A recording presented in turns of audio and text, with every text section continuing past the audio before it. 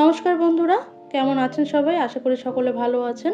প্রতিদিনের মতো নিয়ে চলে এসেছি আজকে নতুন একটি রেসিপি। আর রুম্পার হেসেলে আপনাদের সকলকে স্বাগত। বিয়েবাড়ি বা রেস্টুরেন্ট স্টাইলে কিভাবে পনির সাটে তৈরি করতে হয় সেটাই আজকে আপনাদের সঙ্গে শেয়ার করব।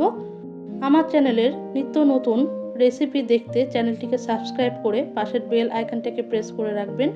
যখনই আমি কোনো ভিডিও আপলোড করব তার নোটিফিকেশন কিন্তু সঙ্গে সঙ্গে আপনি পেয়ে যাবেন। তাহলে চলুন দেখে নেওয়া যাক আজকের রেসিপি। প্রথমেই আপনাদের পনির সেটের উপকরণগুলো দেখিয়ে দিই। এখানে কাঠি নিয়ে নিয়েছি আমি, আর কাঠিগুলোকে জলে ভিজিয়ে রেখেছি। নিয়ে নিয়েছি ক্যাপসিকাম, টমেটো আর পেঁয়াজ কুচি। পনিরটাকে চৌকো করে কেটে নিয়েছি। নিয়ে নিয়েছি কর্নফ্লাওয়ার, ময়দা, পরিমাণ মতো লবণ, চাট মশলা আর গোলমরিচ গুঁড়ো,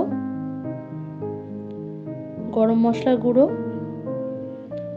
রসুন আর আদা পেস্ট, জিরের গুঁড়ো, লঙ্কা গুঁড়ো,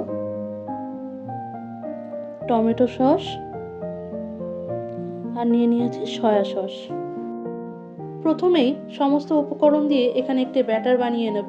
প্রথমেই নিয়ে নিচ্ছি কর্নফ্লাওয়ার 3 চামচ মতো, সে সঙ্গে দিয়ে দিচ্ছি ময়দা 2 চামচ, দিয়ে দিচ্ছি স্বাদ মতো লবণ, দিয়ে দিচ্ছি লঙ্কা গুঁড়ো, দিয়ে দিলাম জিরে গুঁড়ো, গরম মশলা গুঁড়ো, চাট মশলা আর গোলমরিচ গুঁড়ো, দিয়ে দিলাম আদা আর রসুনের পেস্ট, দিয়ে দিচ্ছি সয়া সস, সে সঙ্গে টমেটো সস। দিয়ে উপকরণগুলোকে ভালোভাবে মিশিয়ে নেব। তারপরে অল্প অল্প জল দিয়ে একটি ঘন ব্যাটার আমি তৈরি করে নেব। একবারে বেশি জল দেবেন না, খুব পাতলা ব্যাটার হলে কিন্তু কোটিংটা খুব ভালো হবে না। দেখুন ঠিক এইভাবেই কিন্তু ব্যাটারটাকে তৈরি করে নিতে হবে। ব্যাটারটি ঠিকঠাকভাবে রেডি হয়ে গেলে টুকরো করে কেটে রাখা ক্যাপসিকাম কুচি, টমেটো কুচি আর পেঁয়াজ কুচি দিয়ে ভালোভাবে মিশিয়ে নিয়ে তার সঙ্গে পনির টুকরোগুলো দিয়ে দেব। ভালোভাবে মিশিয়ে নেব। আর মেশানোর সময় খেয়াল রাখতে হবে যেন ভেঙে না যায় পনিরের টুকরোগুলো। ভীষণই সাবধানভাবে কাজটা করতে হবে, হালকা হাতে।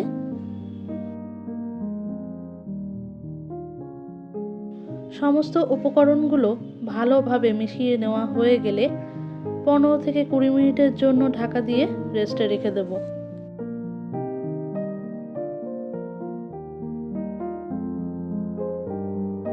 ফিরে এলাম 15 থেকে 20 মিনিট পর। আর এখন এটাকে আমি সাজিয়ে নেব ভালো করে। কাঠিতে একটা ক্যাপসিকামের টুকরো, একটা পনির টুকরো আর একটা পেঁয়াজের টুকরো কিংবা টমেটো টুকরো দিয়ে আপনারা আপনাদের মতো পছন্দ মতো সাজিয়ে নেবেন। এখানে আমার একটি পনির সেটে তৈরি করা হয়ে গেছে। বাকি পনির সেটেগুলো আমি এভাবেই রেডি করে নেব। আর বেঁচে থাকা গ্রেভিটা কিন্তু আমি একেবারেই নষ্ট করব না, ফেলে দেব না, সেটিও কিন্তু কাজে লাগবে।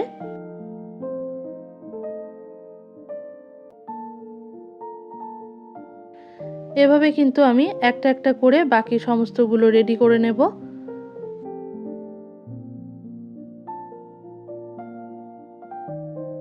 আর এখানে দেখুন সমস্ত পনির সেটেগুলো ভাজার জন্য একদম রেডি হয়ে গেছে। এখানে পনির সেটেগুলো সমস্তটা কাঠিতে সাজিয়ে নেওয়ার পরে অনেকটা গ্রেভি কিন্তু বেঁচে ছিল আমার। আর পনির সেটেগুলো আমি এখন ওই গ্রেভির মধ্যে ভালোভাবে আরেকবার করে কোটিং করে ভেজে নেব।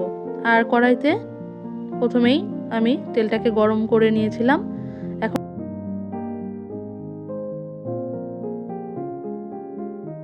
তেলটাকে খুব ভালোভাবে হাই ফ্লেমে গরম করে তারপর ফ্লেমটাকে কমিয়ে লো টু মিডিয়াম করে তারপরে কিন্তু পনির সেটেগুলো ভাজতে হবে। বেশি হাই ফ্লেমে কিন্তু ভাজা যাবে না। হাই ফ্লেমে ভাজলে পরে ওপর দিকটা ভাজা হয়ে যাবে আর ভেতরে সবজিগুলো কাঁচাই থেকে যাবে, সেক্ষেত্রে কিন্তু খেতে ভালো লাগবে না।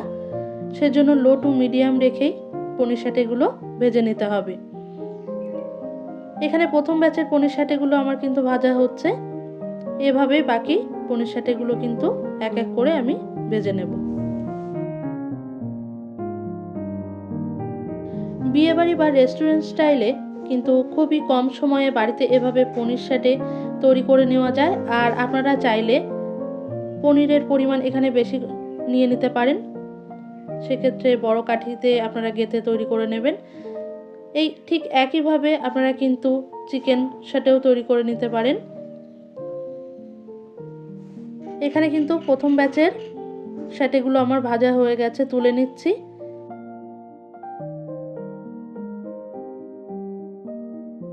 দ্বিতীয় ব্যাচে পনির সাটেগুলো ভেজে নেওয়ার আগে তেলটাকে হাই ফ্লেমে করে ভালোভাবে গরম করে নিয়ে মিডিয়াম টু লো ফ্লেমে করে তারপরে কিন্তু সাটেগুলো আবার ছাড়তে হবে তেলে।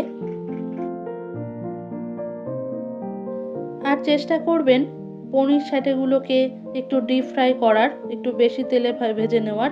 যেহেতু এখানে কর্নফ্লাওয়ারের ব্যবহার রয়েছে, সেজন্যই একটু ফাঁকা ফাঁকা করে এটাকে ভাজার চেষ্টা করবেন, না হলে একসঙ্গে গায়ে গায়ে হলে কিন্তু আটকে যাওয়ার ভয় থাকে, আর যেটা বা উল্টে দিতে গেলেও কিন্তু ভেঙে যাওয়ার চান্স থাকে।